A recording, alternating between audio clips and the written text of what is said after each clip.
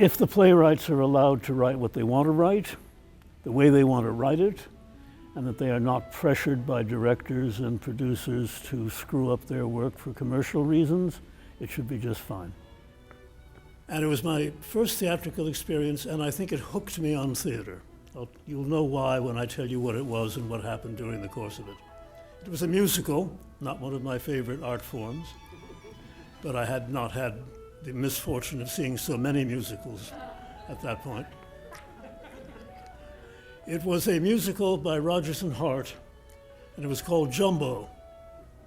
Now, I doubt there are any of you here who saw Jumbo, but I did. It was at the old Hippodrome Theater, and it had two stars, Jimmy Durante and a small elephant. It was a marvelous Rodgers and Hart score with My Romance and The Most Beautiful Girl in the World and all sorts of good stuff in it. And I don't remember much about the musical except that this elephant kept following Jimmy Durante around through the entire musical. And the big joke of the play was Jimmy Durante would get somewhere and somebody would say to him, "Why do you have that elephant following you around?" And every single time his reply was, "What elephant?"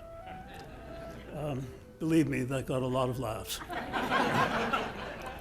But the fact that you could go somewhere and have an entertainment, where there were live people, and only one of them was an equity member,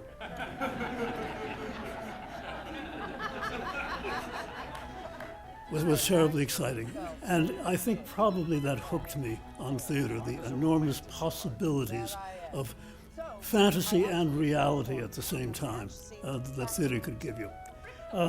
Pam was talking about first days of rehearsals. Interesting things happen the first days of rehearsals, especially if you have a first-rate cast, such as we have for this production of my play.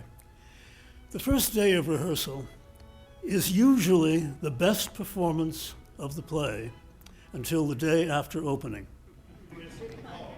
Opening night never being anywhere as good as the last preview or the day after. With the first day of rehearsal with first-rate people, they haven't learned their lines yet. They're going on instinct, they're going on intelligence, and they're going on raw talent. And you see invention and reality in a way that you don't see the second week in rehearsal, by which time everybody's fucked everything up. So thank you for the first day of rehearsal, guys. It was absolutely wonderful, and I know you'll recover from it and get through the next 3.5 weeks, and then you will open, and you will be just as brilliant as you were today. Thank you. When I began 50 years ago, there was sort of a bunch of us in New York City. There were a bunch of small 100 and 120 seat theaters run by wonderful, wonderful people. There was the Living Theater, there was all sorts of marvelous experimental theaters all over New York. And people were doing wonderful, serious plays by European and American avant-garde playwrights. As a matter of fact, my group, we had a group called the Playwrights Unit, where for 10 years we did new American plays. We did 120 new American plays. The first productions anywhere of John Guare and Adrienne Kennedy and various other people. We were all spending our time seeing wonderful, serious, tough new plays. And nobody was making any money. The actors were working for practically nothing, the directors for nothing. We didn't play the playwrights much. We didn't make any money. But there was more good theater going on in New York City than any time since. It was really exciting.